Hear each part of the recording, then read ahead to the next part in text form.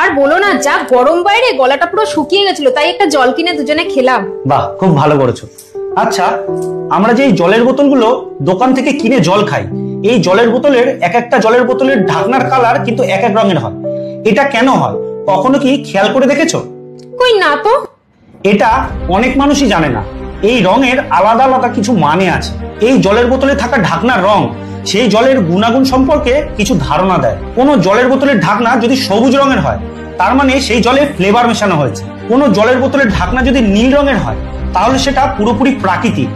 আর কোনো জলের বোতলের ঢাকনার কালার যদি কালো রঙের হয়, তাহলে সেটা অ্যালকালাইন ওয়াটার, যেটা সাধারণ জলের তুলনায় অনেকটাই ব্যয়বহুল। আর কোনো জলের বোতলের ঢাকনা যদি সাদা হয়, তাহলে এই জলটা প্রসেস অথবা ফিল্টার করা হয়েছে। আর কোনো জলের বোতলের ঢাকনা যদি লাল কালারের হয়, তাহলে এটা ভিটামিন ও ইলেকট্রোলাইট সমৃদ্ধ জল। আর বলো না, যা গরম বাইরে, গলাটা পুরো শুকিয়ে